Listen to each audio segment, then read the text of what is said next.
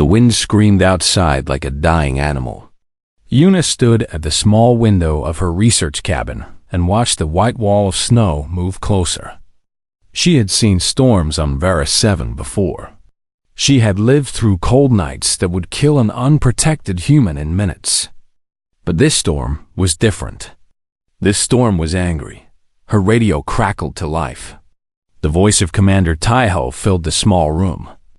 Outpost 14, this is Colony Command. Do you copy? Una picked up the radio. I copy, Commander. I can see the storm coming. This is a Class 5 blizzard, Una. The worst we have recorded on this planet. Temperature will drop to -90. You need to seal your cabin and stay inside. Do not open your door for any reason. Do you understand? I understand, Una said. One more thing. Taiho's voice became harder.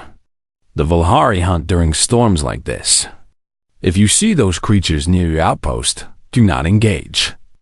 Do not try to study them. They are predators, and they will kill you. Una felt a small spark of anger in her chest. The colonists called the native creatures icy cats because of their appearance. They were large, beautiful animals with fur that looked like frozen crystal. Their eyes glowed pale blue in the darkness. The colony feared them. The colony hated them. Soldiers had orders to shoot them on sight, but Una had spent 2 years watching the Volhari from a distance. She had seen things that other colonists refused to believe. She had seen them mourn their dead. She had seen them play with their young. She had seen them show mercy to weaker creatures. These were not mindless monsters. These were intelligent beings. No one listened to her. No one cared. I understand, Commander, she said again. I will stay inside. The radio went silent. Una was alone. She spent the next hour preparing her cabin for the storm. She checked the power generator. She sealed the windows with extra insulation. She made sure her water supply was safe and her food rations were full. The cabin was small but strong. It was built to survive the harsh winters of VER Ice-7. As darkness fell, the storm hit with full force. The walls of the cabin shook. The wind howled so loud that Una could not hear her own thoughts. Snow piled against the door, blocking the bottom crack where cold air usually crept inside. The temperature display on her wall showed the outside air dropping fast. -60, -70, -80. Una sat on her small bed and tried to read her research notes. She could not focus. The sound of the storm filled her mind. She thought about her friend Nari, safe in the main colony 12 kilometers away. She thought about her family back on Earth, a planet she had not seen in 5 years. She wondered if she would ever see them again. Then she heard something new. At first, she thought it was just the wind. But the sound came again. A scratching noise. Something was touching her door. Una stood slowly. Her heart began to beat faster. She walked to the window beside the door and wiped the frost from the glass. Outside, the blizzard was a wall of white chaos. She could see nothing. Then the clouds of snow parted for just a moment. And she saw them. Eyes. Dozens of glowing blue eyes staring at her through the storm. Una stepped back from the window. Her breath came fast and shallow. The Velhari. A whole pack of them. They were right outside her door. She should call for help. She knew this. But what could the colony do? They were 12 kilometers away in a Class 5 blizzard. No rescue team could reach her. No soldiers could save her. She was alone with the most dangerous predators on VERIS-7. Una returned to the window. She looked again at the creatures outside. They were not attacking. They were not trying to break down her door. They were just standing there, waiting. Then she saw something that made her heart stop. A smaller Velhari stumbled forward from the group. It was young, maybe only a few months old. Its crystal fur was dull and matted. Its movements were weak and slow. As Yuna watched, the young creature collapsed into the snow.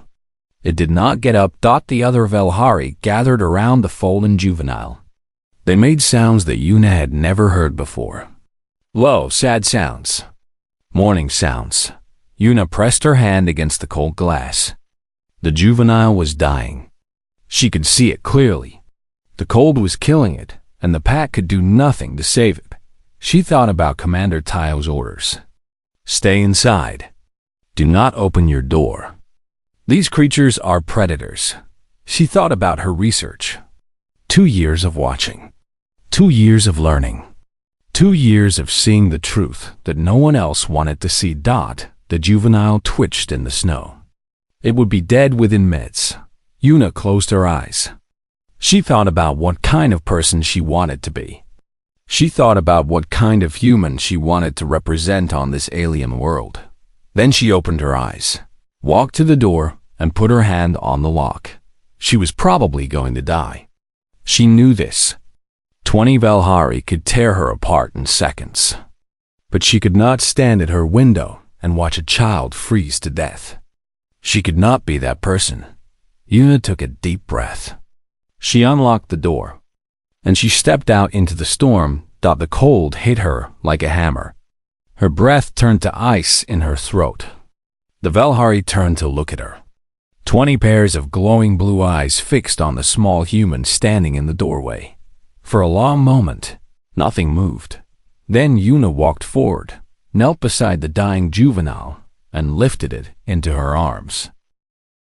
The juvenile was lighter than Yuna expected.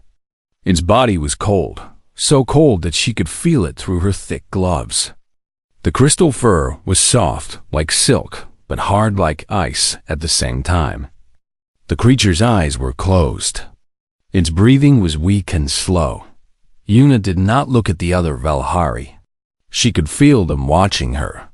She could hear their low growls mixing with the screaming wind. Every part of her body told her to run, to drop the juvenile, and escape back into her cabin. But she did not run. She held the dying creature close to her chest and walked slowly toward her door. She expected claws to tear into her back at any moment. She expected teeth to close around her throat. But nothing happened. The pack simply watched as the strange human carried one of their young toward the glowing warmth of the cabin. Yuna stepped through the door. The heat of the cabin wrapped around her like a blanket. She turned to close the door behind her, and then they came. The first Velhari pushed past her before she could react. Then another. Then another. Within seconds, the creatures were flooding into her small cabin. They moved like water, flowing around her furniture, filling every corner of the room. Their crystal fur caught the light and sparkled like diamonds. Their blue eyes glowed in the dim warmth. Yuna pressed herself against the wall, the juvenile still in her arms. She counted the creatures as they entered. 5, 10, 15, 20. 20 Velhari now stood in her cabin. The largest predators on Varus 7 surrounded her on all sides. The last one to enter was the biggest of them all. He was massive, twice the size of the others. His fur was silver white, and old scars crossed his face and shoulders. His eyes were the brightest blue Yuna had ever seen. He moved with power and control, and the other Velhari made space for him as he walked on. This was the Alpha, the leader of the pack. The Alpha stopped in the center of the cabin. He looked at Yuna with those bright, cold eyes. She could not move. She could not breathe. She was a mouse staring at a lion, but the Alpha did not attack. He simply watched her for a long moment. Then he turned, walked to a corner of the cabin, and lay down on the floor. The other Velhari began to settle around him. They curled up in groups, sharing body heat, filling Yuna's small home with their presence. Yuna realized she was still holding the juvenile. The young creature was warming up in her arms, but it was still weak. She needed to help it. Moving slowly, Yuna carried the juvenile to her small medical station. She laid it gently on the table and began to examine it. The creature had wounds on its legs and side. The wounds were not deep, but they were infected. The cold had made everything worse. Yuna worked carefully. She cleaned the wounds with medical solution. She applied healing gel and wrapped the injuries with bandages. The juvenile whimpered softly as she worked, but it did not try to bite or scratch her. As she worked, she felt the pack watching her. She could hear their breathing, their small movements, their quiet growls. But none of them attacked. None of them tried to stop her. Her radio suddenly crackled. "Yuna? Yuna, are you there?" It was Nari's voice. Yuna's heart jumped. She grabbed the radio with one hand while keeping the other on the juvenile. "I'm here," she said quietly. "Thank the stars. The storm is so bad. We lost contact with everyone. Are you safe?" A Valhari behind Yuna made a low rumbling sound. It was loud enough to travel through the radio. What was that? Nari's voice was suddenly sharp with fear. "Yuna, what was that sound?" Yuna looked at the pack around her. 20 alien predators filled her cabin. If she told Nari the truth, her friend would panic. She would tell Commander Tayo. The colony would do something stupid, and people would die. "Just the storm," Yuna said. "The wind is very loud." "I'm fine. Are you sure?" That sounded like, "I'm sure. I'm safe inside. Don't worry about me." There was a pause. "Okay. Stay safe, Yuna. I'll contact you again when the storm passes." The radio went silent. Yuna let out a long breath. She finished treating the juvenile's wounds and wrapped it in a thermal blanket. The young creature looked up at her with half-open eyes. It made a small sound, almost like a purr. Then it closed its eyes and fell asleep. Yuna stood and looked around her cabin. The Valhari had settled into every space. Some lay on her bed. Others curled up near the heating unit. A few sat by the window, watching the storm outside. The cabin was crowded and strange, but there was no violence. There was no aggression. Then the Alpha moved. He rose from his corner and walked toward Yuna. Each step was slow and deliberate. The other Valhari watched in silence. Yuna's heart pounded in her chest as the massive creature approached her. The Alpha stopped right in front of her. He was so close that she could see every scar on his face. She could see the intelligence in his blue eyes. He was not looking at her like a predator looks at prey. He was looking at her like one thinking being looks at another. Slowly, the Alpha lowered his great head.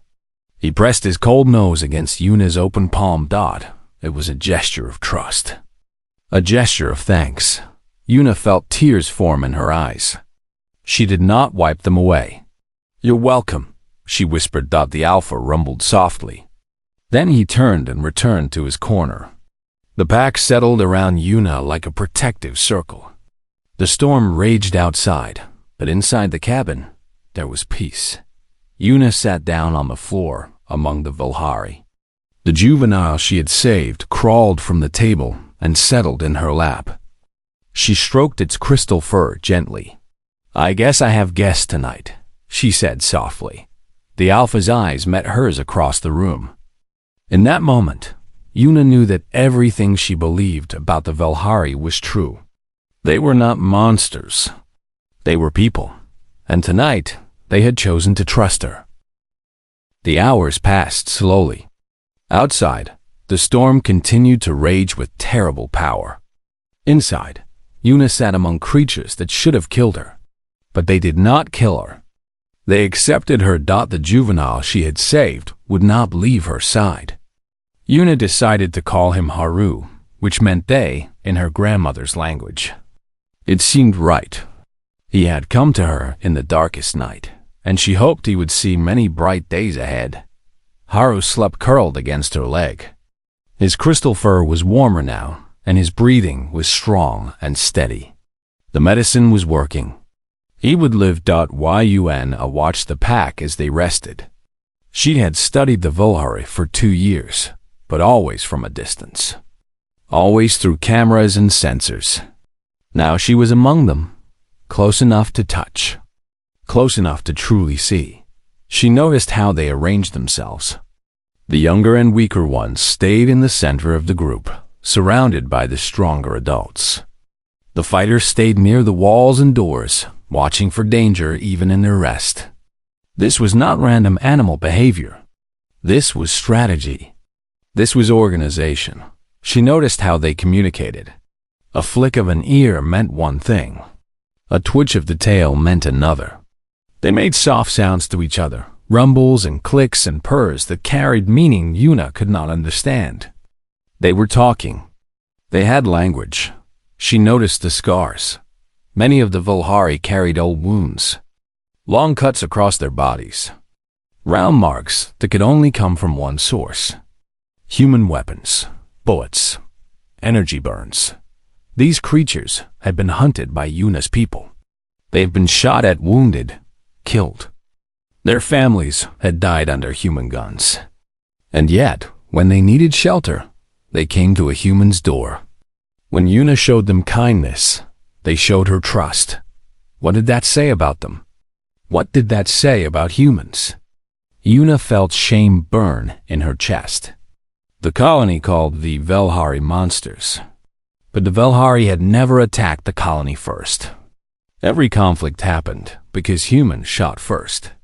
The colonists were afraid, and fear made them violent. Fear made them blind. The Alpha was watching her. Yuna met his blue eyes across the room. She had named him Beak in her mind, which meant white in her language. His silver-white fur shone even in the dim light of the cabin. Beak did not look away. He held her gaze with a calm intensity that made Yuna feel like he was reading her thoughts. Perhaps he was. She knew so little about these creatures. Perhaps they had abilities humans could not imagine. "I'm sorry," Yuna said softly, "for what my people have done to you." Beak's ears moved slightly. He made a low rumbling sound. Yuna did not know what it meant, but it did not sound angry. It sounded sad. Understanding that the night grew colder. Yuna's heating system worked hard to keep the cabin warm, but with 20 extra bodies, the air grew thick and heavy. She did not mind. The warmth of the Velhari around her was strangely comforting. At some point, exhaustion took hold of her. Yuna had not slept in almost 20 hours. Her eyes grew heavy. Her head began to drop. She tried to stay awake, tried to keep watch, but her body refused to obey. She fell asleep sitting against the wall, with Haru in her lap. When she woke, everything had changed. Yuna opened her eyes to darkness. The cabin's lights had dimmed to night mode. The storm still howled outside, but it sounded distant now, like a memory. She was warm. Too warm. And she was no longer sitting against the wall. She was lying on the floor, and something massive was curled around her. Yuna's heart jumped. She turned her head slowly and saw silver-white fur inches from her face. Beak, the Alpha, had moved from his corner during the night. He had curled his enormous body around her like a protective wall. His head rested near her feet. His tail lay across the door, blocking the cold draft that crept through the cracks. The other Velhari had moved too. They were arranged in a circle around Beak and Yuna, facing outward, watching the walls and windows. They had formed a defensive formation with her at the center. They were protecting her. Yuna lay very still. She could feel Beak's breathing, slow and deep. She could feel the heat of his body keeping her warm. She could feel the trust in this gesture, the acceptance. Haru stirred in her arms.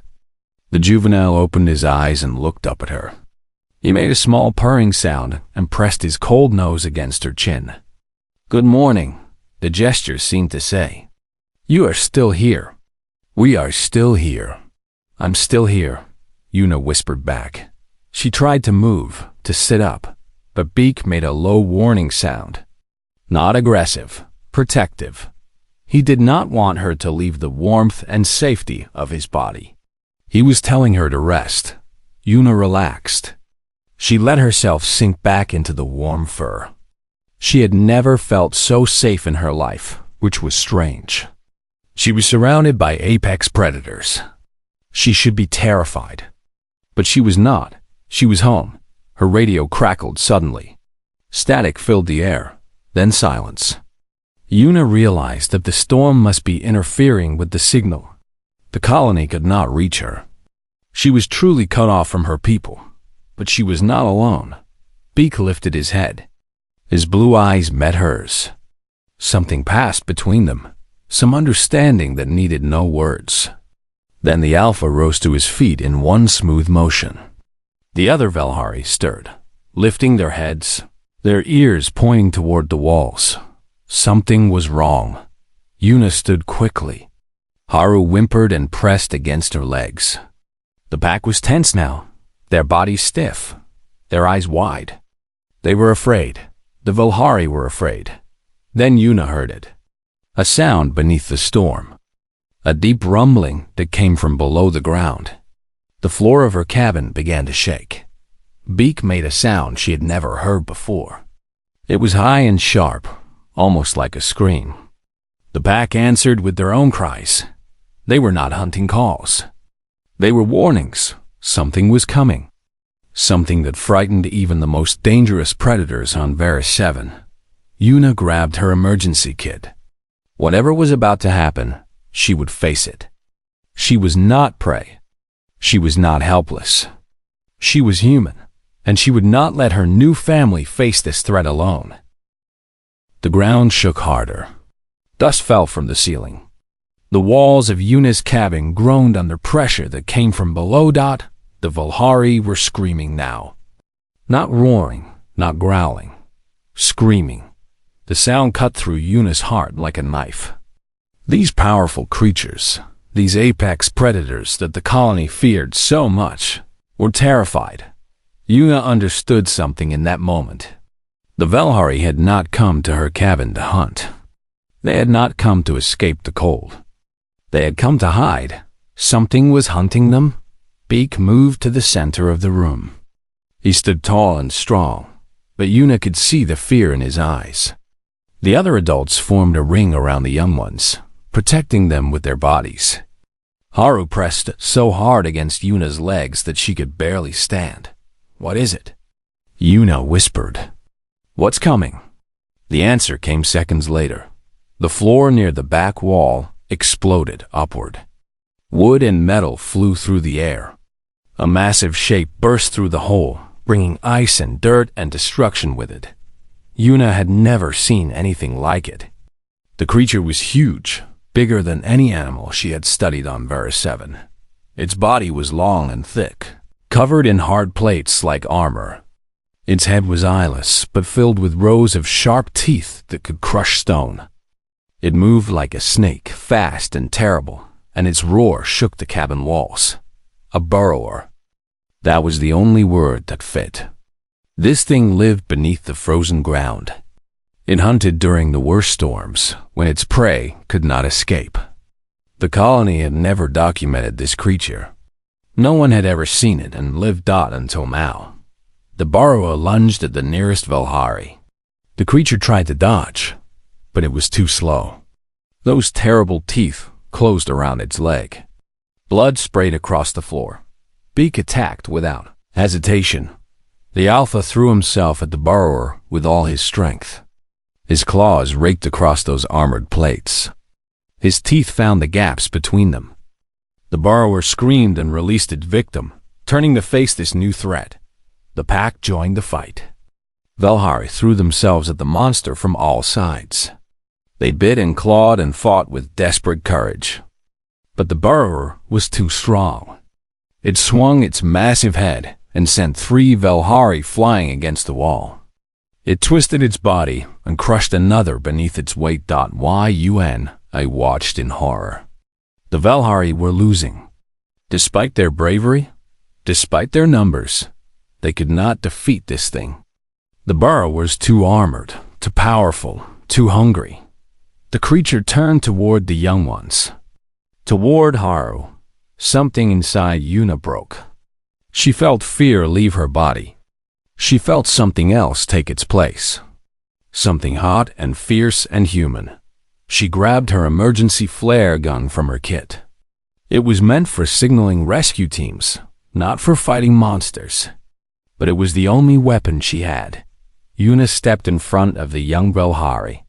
She raised the flare gun and aimed at the burrower's eyeless head. "Hey!" she screamed. "Over here!" The burrower paused. It turned toward the sound of her voice. Those endless teeth opened wide. Una fired. The flare shot straight and true. It struck the burrower directly in the mouth and exploded with brilliant red light. The creature screamed a scream that shattered windows. It thrashed wildly, blind and burning, crashing against the walls. Beak saw his chance. The Alpha leaped onto the burrower's back. His claws found the gap between two armor plates near the creature's head. He dug in with all his strength, tearing flesh and muscle. The other Velhari attacked together. They bit at the burrower's tail, its sides, its legs. They held it down while Beak worked. The Alpha roared one final time.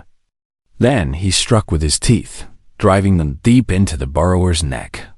Dark blood poured from the wound. The monster shuddered. It tried to throw Beak off, but the Alpha held tight.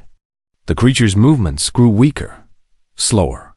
Finally, with one last terrible cry, the burrower collapsed and moved no more. Silence filled the ruined cabin. Una dropped the flare gun. Her hands were shaking. Her whole body was shaking. She looked at the destruction around her. Half her cabin was destroyed. Dead and wounded Velhari lay on the blood-soaked floor. The burrower's massive body filled what remained of the room. But they had won. Somehow, they had won. Beak stepped off the burrower's body. He was covered in blood, both his own and the monster's. Deep wounds crossed his sides. He walked slowly, painfully, toward Una. The other surviving Velhari watched. The young ones crept out from their hiding places. Haru pressed against Una's legs, trembling but alive. Beak stopped in front of Una. His blue eyes met hers. For a long moment, neither of them moved. Then the Alpha made a sound. It was low and deep, a vibration that Una felt in her chest rather than heard with her ears. It was not a growl or a roar or a purr. It was something else entirely. Something meant only for her. Una did not understand the Velhari language. But she understood this. Thank you. You fought with us. You are brave. You are one of us. Tears rolled down Una's face. She reached out with a trembling hand and touched Beak's scarred face. The Alpha closed his eyes and leaned into her touch. The other Velhari began to move. One by one, they approached Una. They touched her with their noses, their paws, their tails. They made soft sounds of acceptance and gratitude. They welcomed her into their pack. Una sank to the floor. The Velhari surrounded her in a warm circle. Haru climbed into her lap. Beak lay down beside her, his massive body pressed against hers. Outside, the storm began to fade. The wind grew quieter. The first light of dawn touched the broken walls of the cabin. Una had survived the night. She had fought beside creatures that her people called monsters. She had proven that humans could be brave, could be kind, could be worthy of trust, and she had found a family she never expected to have. The morning was coming, and with it, everything would change. Dawn broke over Varus 7 with pale golden light. The storm had passed. The world was quiet and white and peaceful, as if the terrible night had never happened. Una sat in the ruins of her cabin, surrounded by Velhari. She had not slept since the battle. She had spent the remaining hours of darkness treating wounds, both human medicine on alien bodies. She did not know if it would work. She only knew she had to try. Beak had not left her side. The great Alpha watched her work with calm, patient eyes. When she grew tired, he pressed his warm body against her back. When she grew cold, he wrapped his tail around her legs. He was caring for her as she cared for his pack. 3 Velhari had died in the fight. The pack had mourned them in their own way, with low humming sounds that made Yuna's heart ache. She had mourned with them. They had become her people in one single night. Haru was recovering well. The juvenile followed Yuna everywhere, watching her with wide, trusting eyes. He had adopted her completely. She was his human now. The morning brought sounds from the distance. Engines, vehicles. Yuna stood and walked to what remained of her window. Through the broken glass, she saw a convoy of colony transports approaching across the snow. Rescue was coming. The colony had survived the storm, and now they were checking on the outposts. Yuna felt her stomach tighten with fear. Not fear of the Velhari. Fear for them. They're coming, she said softly to Beak. My people are coming. They have weapons. They're afraid of you. Please. Please don't run. Please don't fight. Let me handle this. Beak's ears moved. He made a low rumbling sound and touched his nose to her hand. He understood. He trusted her. The transports stopped outside the ruined cabin. Doors opened. Soldiers in heavy winter gear stepped out, weapons raised. Commander Taiho was with them, his face hard and angry. Yuna, he called. Yuna, are you in there? Yuna stepped into the doorway. She was covered in blood, both red and dark. Her clothes were torn. Her face was pale with exhaustion, but she stood straight and strong. I'm here, Commander. Taiho's eyes went wide. He saw the destroyed cabin behind her. He saw the massive body of the burrower lying in the ruins. And he saw the Velhari, 20 crystal-furred creatures gathered around a single human woman. What? Taiho's voice failed. He tried again. What happened here? The storm drove something out of the ground, Yuna said. A creature we've never seen before. A burrower. It would have killed me. But I wasn't alone. She stepped aside, revealing the Velhari behind her. The soldiers raised their weapons. Fingers moved toward triggers. Stand down. Yuna shouted. Lower your weapons now. Those are Velhari. One soldier yelled. Those things are dangerous. Those things saved my life. Yuna's voice cracked with emotion. They fought beside me. They bled for me. 3 of them died protecting me from that monster. She walked forward, putting herself between the soldiers and the pack. You taught me these creatures are mindless killers. But when death came for us in the night, they didn't abandon me. They didn't sacrifice me to save themselves. They stood and fought like warriors. Like heroes. Yuna pointed at the burrower's body. That thing was coming for the colony next. It hunts during storms. It would have found the main settlement and killed everyone. But the Velhari stopped it. Not for themselves. For all of us. Commander Taiho stared at her. His face was unreadable. You're saying these creatures protected you? Yes. Yuna stood tall. And I'm asking you to protect them in return. Put down your weapons. Show them that humans can be more than afraid. Show them we can be worthy of their trust. The silence stretched long and heavy. The soldiers looked at Taiho. The Velhari watched with wary eyes. Everything hung on this moment. Then Beak moved. The great Alpha walked forward, passing Yuna. The soldiers tensed, fingers tightening on their weapons. But Beak did not attack. He walked slowly, calmly, directly toward Commander Taiho. Taiho stood frozen as the massive creature approached. Beak stopped right in front of him. For a long moment, human and Velhari stared at each other. Then Beak sat down. He lowered his head and made a low, peaceful, rumbling sound. It was not a threat. It was a greeting. An offer. Yuna held her breath. Slowly, Taiho lowered his weapon. The other soldiers followed his lead. The commander reached out with a trembling hand and touched Beak's silver fur. "Well," Taiho said quietly, "I suppose we have a lot to learn." Yuna felt tears roll down her face. She did not wipe them away. 3 months later, the colony had changed. A new building stood at the edge of the settlement, a place where humans and Velhari could meet in peace. Yuna lived there as the first human-Velhari liaison, teaching both peoples to understand each other. Beak's pack never wandered far from Yuna's new home. They came and went as they pleased, sometimes staying for days, sometimes disappearing into the wilderness. But they always returned.